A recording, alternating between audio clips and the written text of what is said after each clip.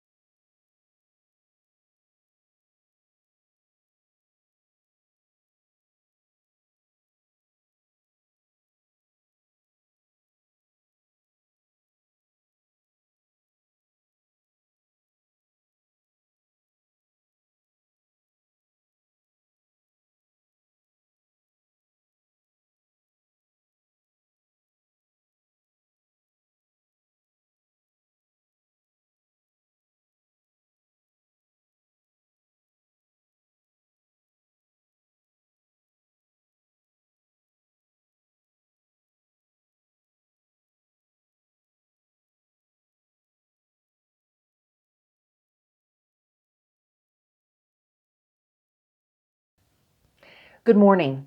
Welcome to Creative Living Fellowship.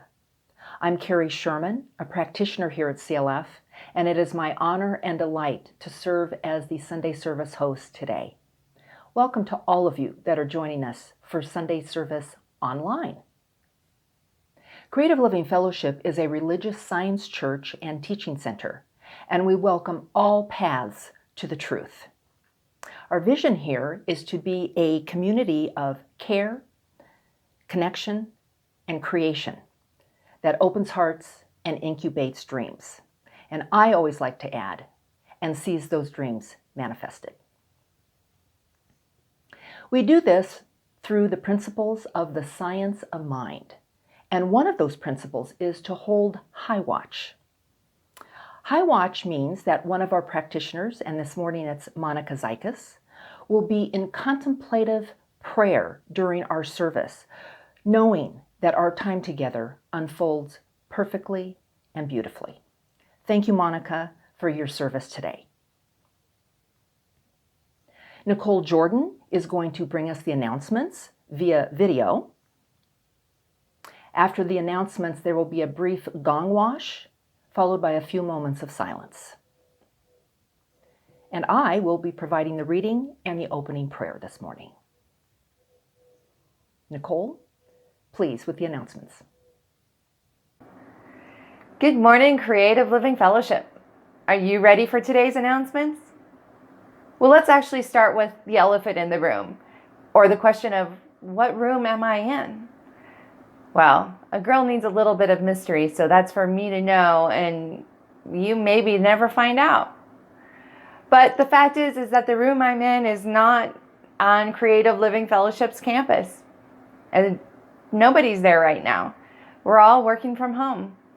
So I hope that you are as well. And I just want to say very quickly, thank you so much for joining us. It is so great to connect with you and to have you still choose us with all the choices that are out there.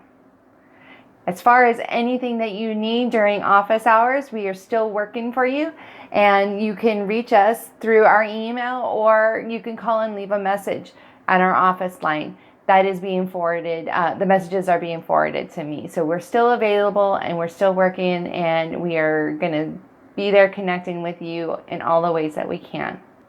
As a matter of fact, you may have noticed last week that midday meditation is happening on Deb's couch. That's right. Sacred practice is wherever you are. So please join us Monday through Thursday at noon for a 30-minute silent meditation on Deb's couch. And now for the rest of your announcements. Our Good Friday service will air online on April 10th at noon. This important tradition at CLF is a time to reflect on the phrases that are compiled from the Bible's 4 Gospels. The 7 last words of Christ on the cross are not words but phrases said to have been uttered by Jesus during the time of his darkest moments of crucifixion. We have all had those times, and we may be having them now, that we are seemingly bearing the cross or burdens. And we know through our science of mind principles that these times are the best times for transformation, for growth, resurrection, and renewal. Learn from this valuable service how we can gain a new perspective on difficulties and how to transform from those dark moments. The rich rules over the poor, and the borrower is slave to the lender. Are you really going to make the hard choices to change your life? We had $40,000 in student loans, $17,000 in cars. I owned a rental property. We had a line of credit, just stuff. We had 16 credit cards. The proverb says, hope deferred makes the heart sick, but when desire comes. We paid off $83,000. Wow! When desire comes. $144,000. When desire comes. $450,000 in the last 7 years. Wow! It is the tree of life. God says this is how you get out of debt. You gotta run! There is no doubt that this process called Financial Peace University works. The only question is whether you're going to be involved. And so if you haven't signed up yet, now is the time.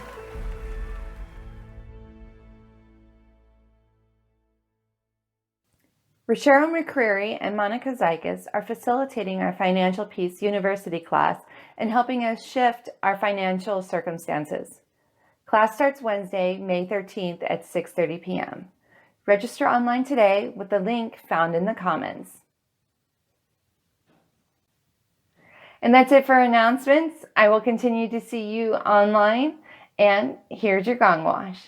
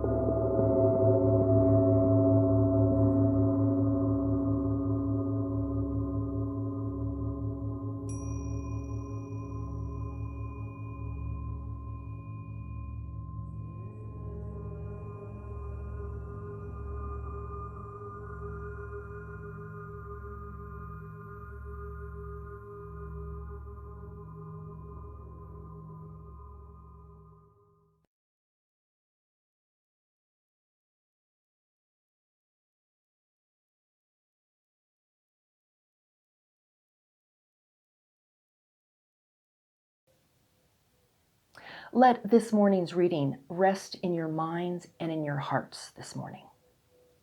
The reading this morning is from the Science of Mind textbook written by Dr. Ernest Holmes. It is at the end of chapter 24, and it is basically a summary of all the ideas and principles that he lays out in the chapter, and it is entitled Final Conclusion. In conclusion, what the world needs is spiritual conviction, followed by spiritual experience.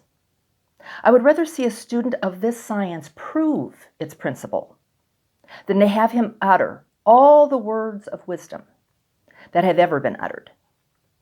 It is far easier to teach the truth than it is to practice it.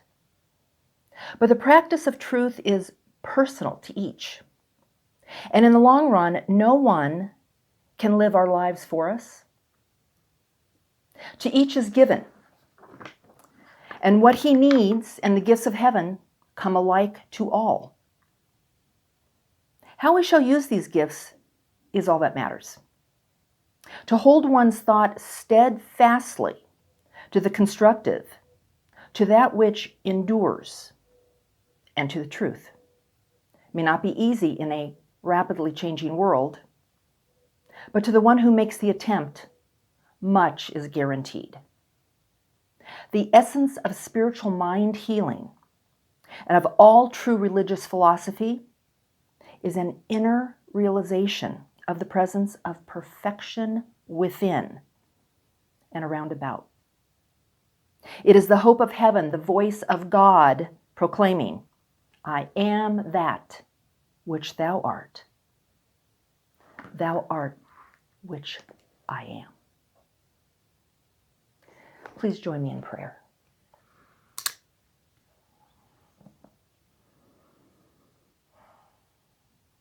I am that which thou art. The one presence, the one life, the one energy, the one source in this universe is divine wisdom, divine truth, divine love. Only one source, only one essence, only one light that shines brightly within everything, everyone within this universe and beyond. That life, that essence for good, for perfection, as Dr. Ernest Holmes wrote, is residing within me, is at the core of my being, is the expression of me. Just as that is the truth of my being, that is the truth of everyone gathered here today for this service, within the sound of my voice and beyond. I speak my word for each of us right here and right now, knowing more deeply, feeling more overwhelmingly, experiencing at a greater level this divine truth, this divine power that surges through our very being. I can use this power for my good and the good of others. And in doing so, I speak my word now, knowing that a shift of consciousness has occurred. Believing, trusting, having faith that all is well, regardless of appearances in the outer world. Divine truth, divine love showers us with protection. I bless the service. I bless the practitioners who've developed and created this service for us today. I bless the staff that has supported those efforts. Adam Smith is the soloist. Everyone involved, thank you for being present. Thank you for sharing that inner perfection. I feel it. It is filling my heart. And I know all is well. And so therefore I release my word into the universal law of the one, the law of God, the law of this perfect presence that simply says, yes, my beloved, yes. And so I release my word. I say, thank you. I let it go. I let it be. I trust. I know this is the truth I've spoken, and I know it has been responded to. And I simply just let it be. And so it is.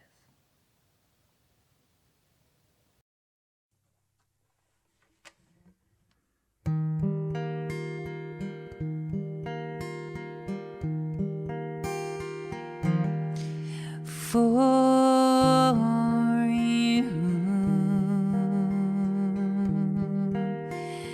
there'll be no more crying.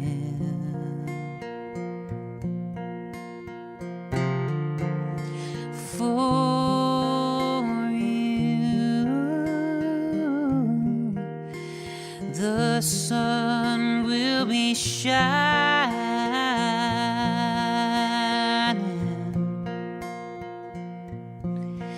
And I feel that when I'm with you, it's all right.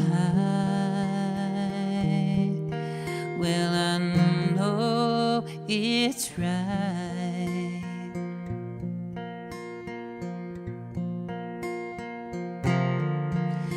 To you,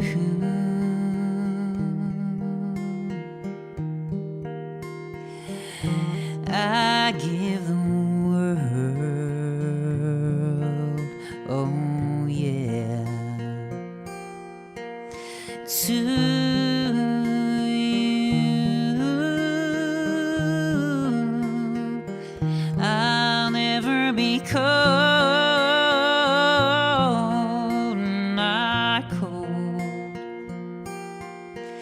And I feel that when I'm with you, it's all right.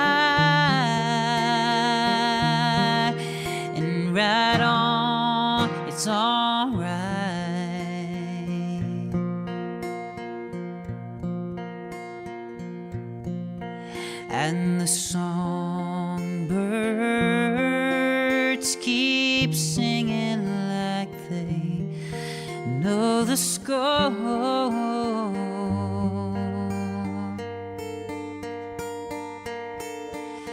And I love you, I love you, I love you like never before.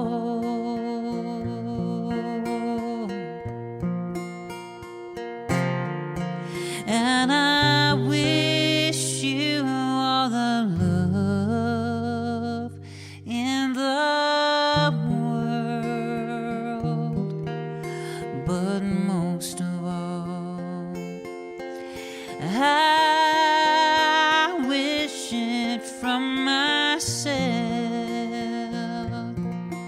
And the songbirds keep singing like they know the score. Oh, and I love you, I love you, I love you like never before,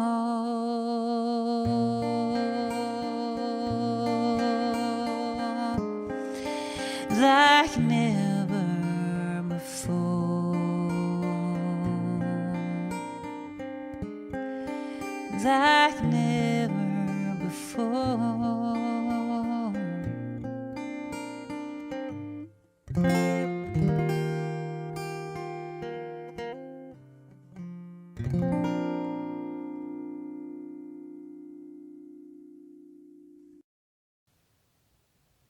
Welcome back. And thank you, Adam, for blessing us with your gifts and your presence this morning.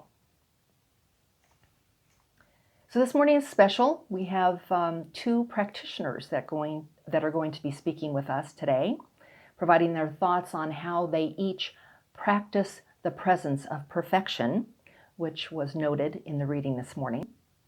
Our first speaker is Dr. Fran Peck. Fran has been an active member at Creative Living Fellowship since 2008. She's been a licensed practitioner here at CLF for 2 years and the animal chaplain for the past year. Fran, we are open to your wisdom. We bless you for sharing your light this morning. We welcome you here to the stage. Good morning. How do we as practitioners practice seeing and living in the presence of God? How do we see God in everything, especially in these ever-changing and fearful times? As a relatively new practitioner, it has been evident to me in these recent weeks that the principles and practices that we teach in Science of Mind are made for just such a time as this. Where there is fear, the practitioner is called to faith. Where there is uncertainty, the practitioner is called to know that God is all there is. Ernest Holmes says in Living the Science of Mind, the way to get rid of fear is through the cultivation of faith, a faith founded on the thought that God is all there is. How comforting it is to know this truth. How comforting it is to have these spiritual practices that we teach as we go through these times together. In our practitioner training, each of our classes is designed to grow and strengthen our spiritual practices, such as spiritual mind treatment, meditation, as well as deepen us into the awareness of the power and presence of God operating in our lives, even when conditions and appearances seem contrary. I can't imagine going through this without these spiritual practices. When the news gets scary, I turn it off and meditate and treat. I treat for peace and peace of mind, that peace that passes all understanding. According to Holmes, this is the time to do our deepest work. As I prepared this talk during our stay-at-home order, I meditated on what does this all mean?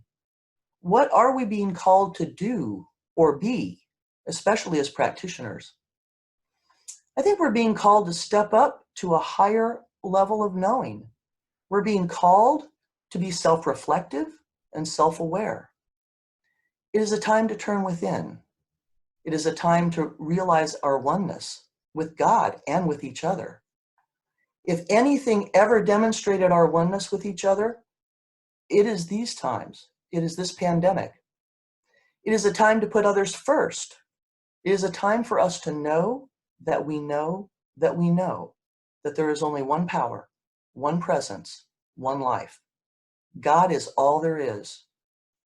As practitioners, we are trained to know this truth, not only for ourselves, but for all of us. And we're trained to return to this truth over and over and over. The will of Spirit is peace, clear thinking, and happiness. It could have no other will, according to Ernest Holmes. In these recent weeks, I've deepened into my spiritual practices. I've turned to other practitioners for help when I needed it.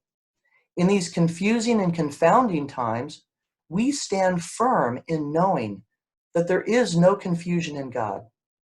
We stand firm in knowing that these principles and practices serve us and our world.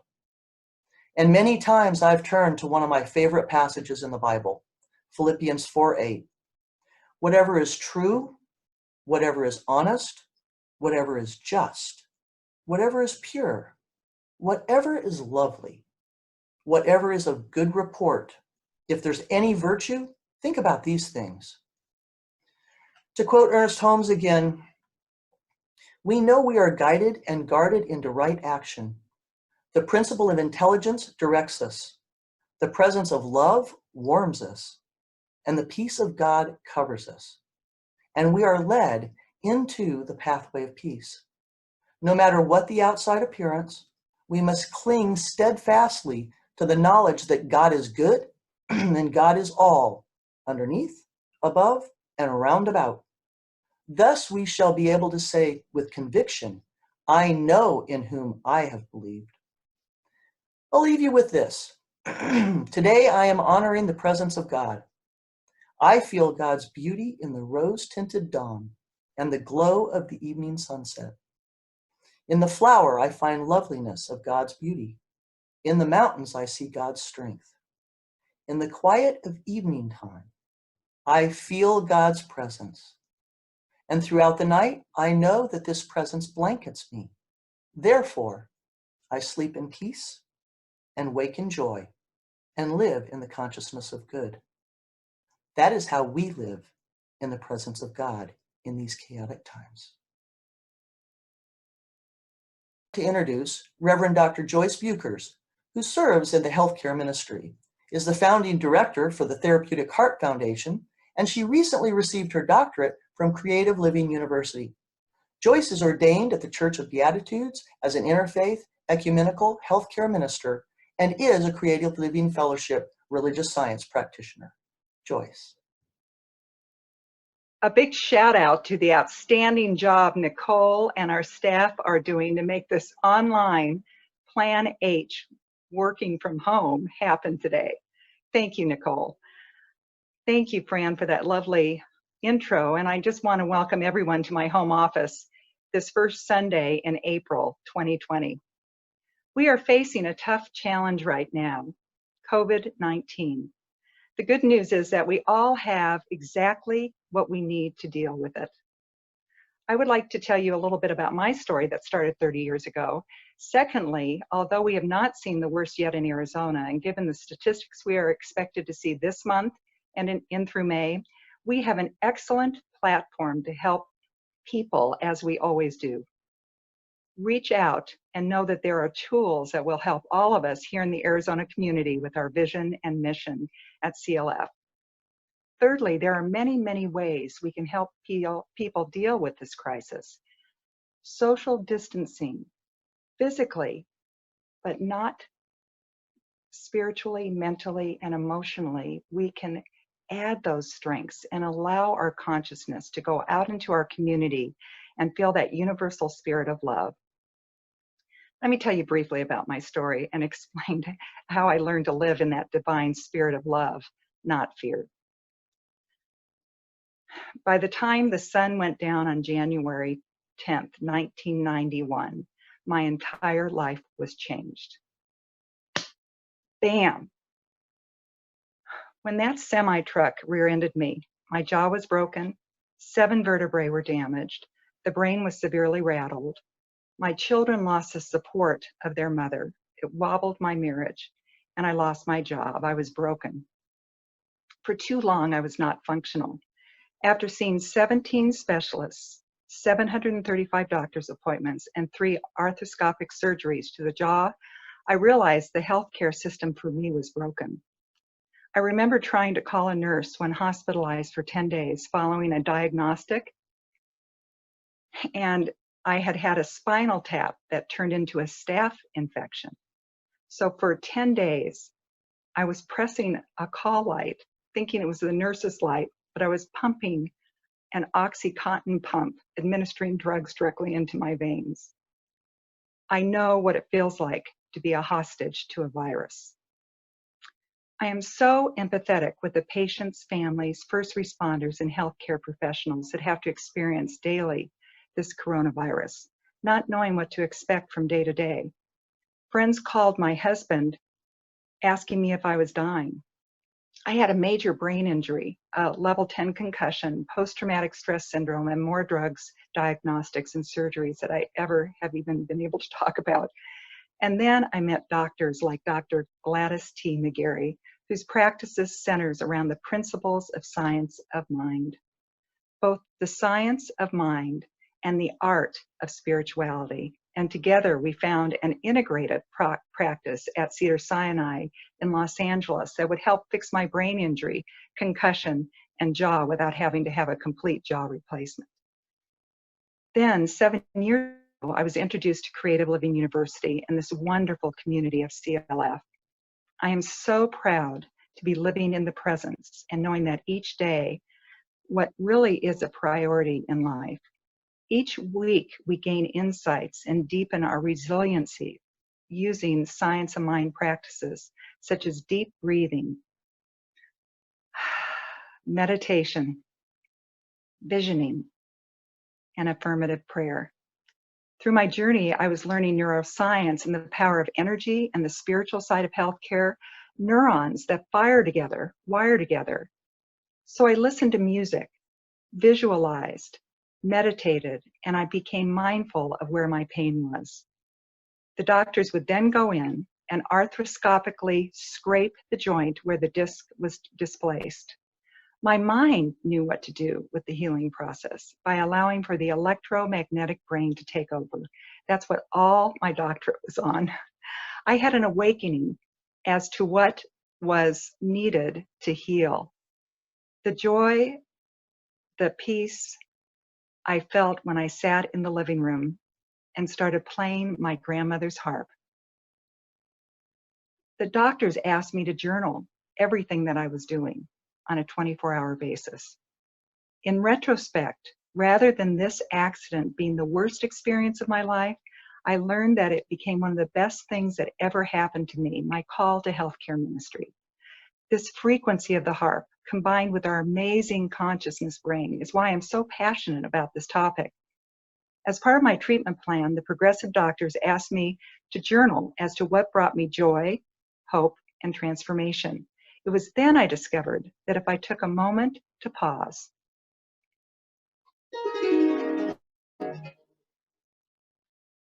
that I would feel a calming sensation.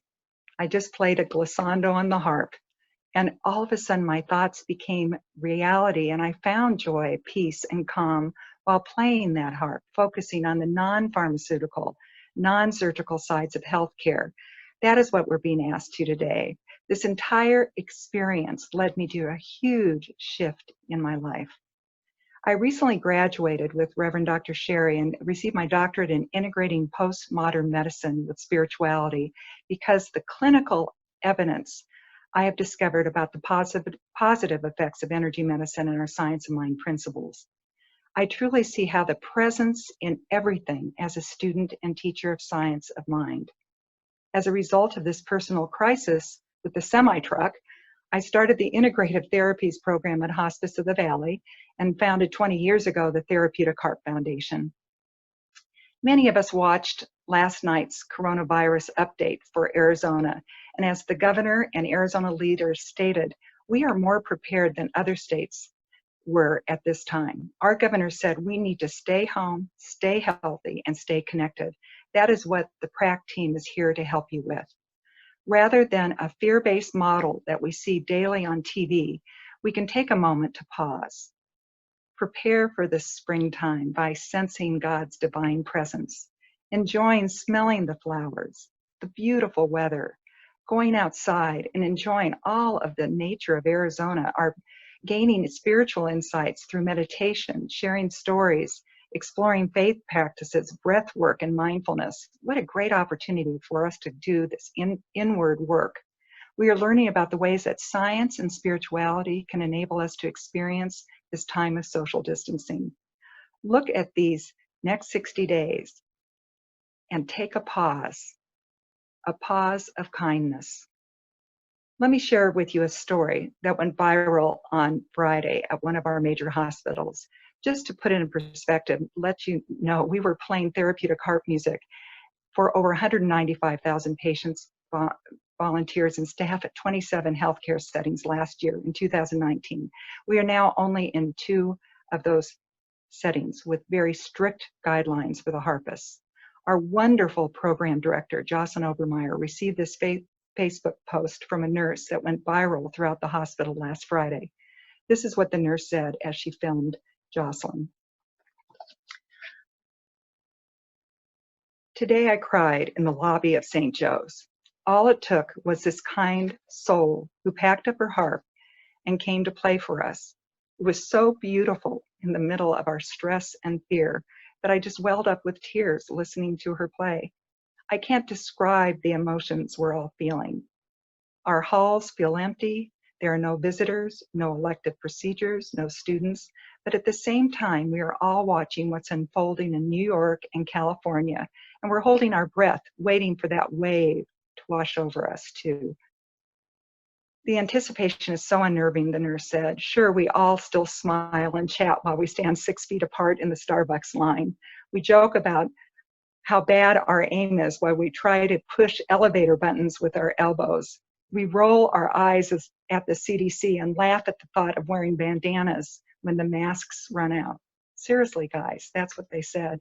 But inside, we are all on edge and scared. We all need to brace for what is coming. But by doing simple acts of kindness, I believe our thoughts are creating reality. To believe that what is true for me and in my private heart is true for all of us.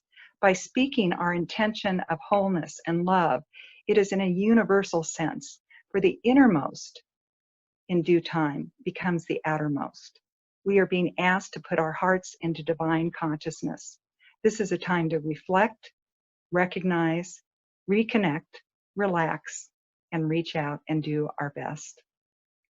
What can you do? Let's follow the nurse's advice. In her words, friends, stay home and fight for us by keeping yourself and family safe. Please, I don't want to see a single one of you here. Second, please reach out to a nurse, an MD, a respiratory therapist, and tell them you are praying for them. And lastly, get on your knees and follow through. Pray hard. Love you all. And so let's do what we do best. I would love to offer you this closing prayer. So let's take a moment to pause. You may close your eyes and take a few deep breaths.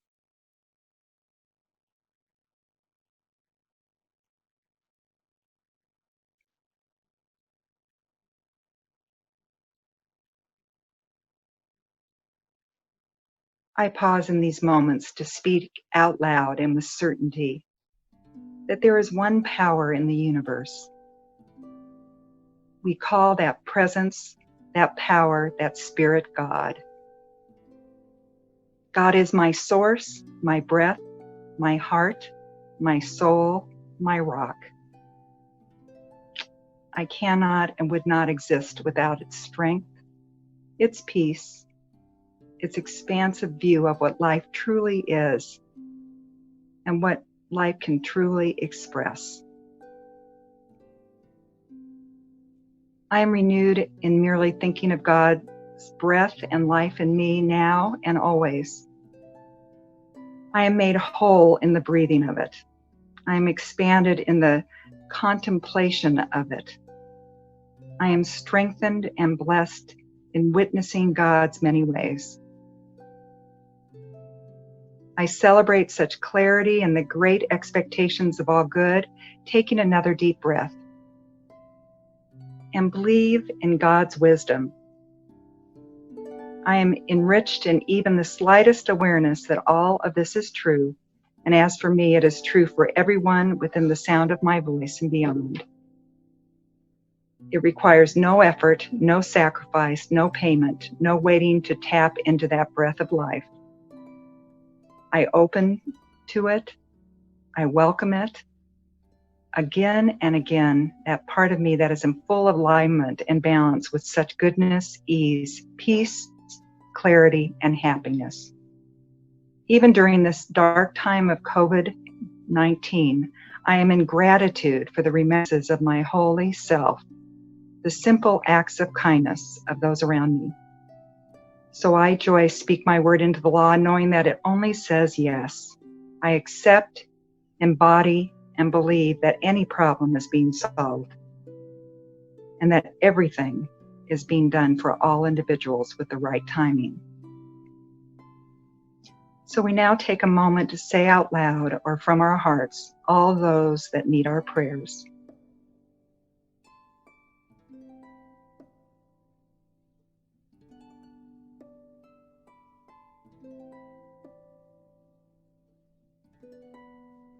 A special remembrance for Nurse Kate from St. Joe's and all those families that have been affected here in Arizona for COVID-19. Remembering those times, we remember to breathe again. I breathe again and again.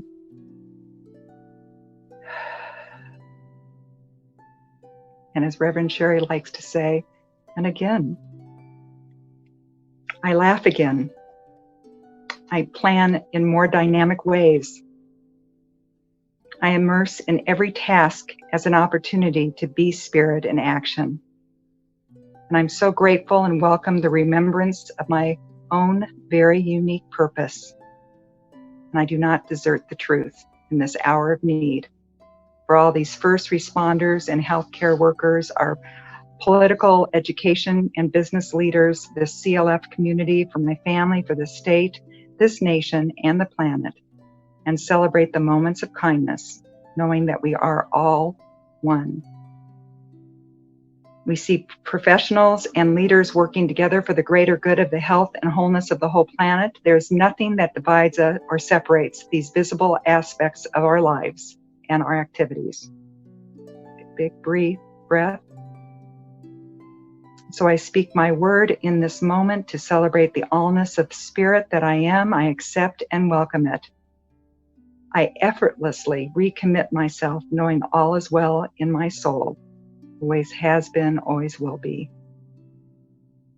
With freshness of breath and joy in my heart, I continue my journey in gratitude and great expectation of good and greater good now and always. I am blessed, I am renewed, and I release. I let go and live in that reality alone. We say together, and so it is.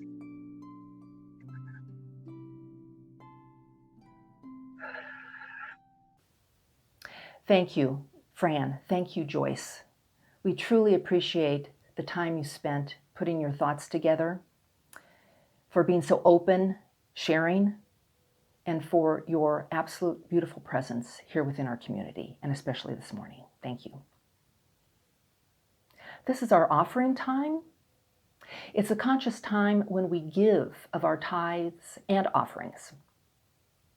Although we're not coming together in person on Sundays, please remember that Creative Living Fellowship has financial obligations to meet. So I invite you to participate in this holy time right now by pressing the donate button or going to the comment section, and there's a link there for you as well. We're very grateful for your support of this spiritual community and the work we are doing. Thank you for your donations. And as you make your donations, Adam Smith is going to provide us with another song. As Adam performs, you can make those donations and he will close us out to the end of the service. I want to thank you very much for joining us today. Remember that we have on-call practitioners that will pray for you, with you. So please don't be alone at this time.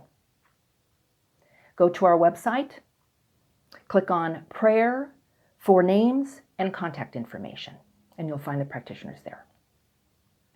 Take care of yourselves, reach out to each other. We miss you. We love you. 1, 2, 3, 4.